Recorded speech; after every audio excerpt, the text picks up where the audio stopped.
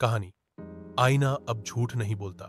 भाग 4। एक सच्ची लगने वाली कल्पना जो पढ़ते हुए सच जैसी लगे। गांव में अब हर कोई उस घर से डरता था।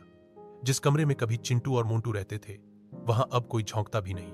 लेकिन अब खतरा सिर्फ कमरे तक सीमित नहीं था, अब वो आईना बदल चुका था। एक शहर से आई नई लड़की तान्या। कुछ महीनों बाद उस गांव में शहर से एक लड़की आई तान्या।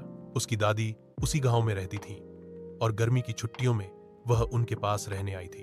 तान्या पढ़ी लिखी थी, विज्ञान में विश्वास करती थी और भूत प्रेत में बिल्कुल नहीं। जब उसने गांव वालों को कहते सुना कि उस घर में मत जाना, वहां आईना लोगों की आत्मा खा जाता है, तो उसने हंसते हुए कहा, यह सब दिमागी भ्रम है, डर खुद बनाया जाता है। दादी ने बहुत समझाया, बिटिया वो कमरा अब घर नहीं कब्र बन चुका है।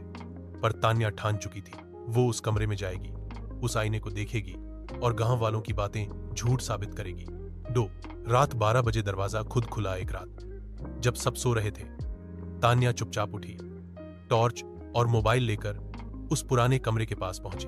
कमरे का दरवाजा जंग खाया हुआ था, जैसे सालों से किसी ने छुआ ही ना हो।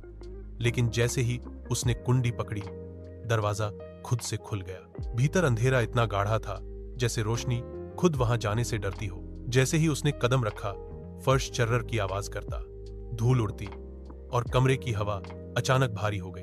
एक कोना अब भी वैसा ही था, टूटी खाट, जले हुए खिलौने और वो काला आईना जो दीवार पर लटका था।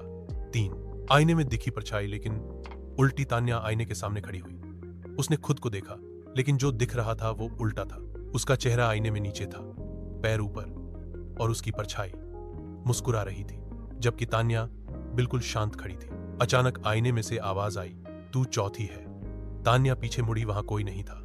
उसने फिर देखा, अब आईने में वो अकेली नहीं थी। चिंटू, मोंटू और गुड्डू, तीनों के चेहरे धुंधले से दिख रहे थे, लेकिन उनकी आंखें चमक रही थीं। फिर एक साया आईने से बाहर निकला, चिकना सिर, बिना पलकों के आंखें और मुंह सीधा गले तक खुला हुआ। वो धीरे धीरे तान्या की ओर बढ़ा और बोला, मां कहती थी आईने में झांको, अब हम तुझे उसमें बंद करेंगे। तान्या डर के मारे पीछे भागी, लेकिन दरवाजा गायब हो गया था। चारों तरफ दीवारें काली हो चुकी थी और फर्श पर खून से लिखा था, अब तेरा शरीर हमारा घर बनेगा। 4 आत्मा और शरीर की अदला बदली। तान्या के सामने आईना अब पानी जैसा लहराने लगा। उसकी परछाई उसमें खींचने लगी जैसे कोई खींच रहा हो। उसने चिल्लाकर कहा, नहीं, मुझे बाहर जाना है। लेकिन आवाज कमरे के बाहर नहीं गई, बल्कि दीवार पर बनी आंखों ने उस आवाज को खा लिया। तभी आईने में से मोंटू की आत्मा बोली, हम तीनों बाहर जाना चाहते हैं, पर शरीर चाहिए, तेरा शरीर।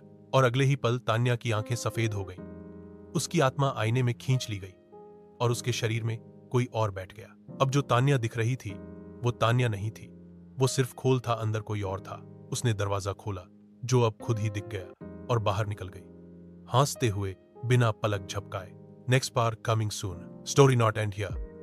हा हा हा हा हा ha ha ha ha ha comedy hub channel. Subscribe for more content.